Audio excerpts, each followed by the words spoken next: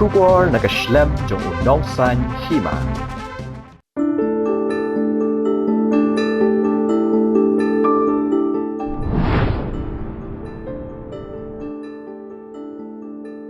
Agriculture Information Units and e-Governance.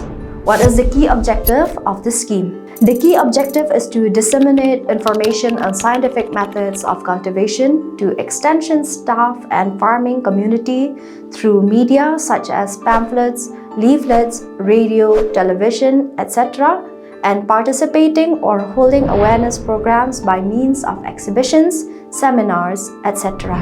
What is the type of assistance entitlement? Support farmers' exposure trip, sponsoring farmers, entrepreneurs to participate in trade fairs, exhibitions, Kisan Melas, printing of booklets, leaflets, farmers' calendar, publications, observation of World Food Day, etc. Who can apply for the scheme? Bona fide farmers and entrepreneurs can apply. How to apply for the benefits of the scheme?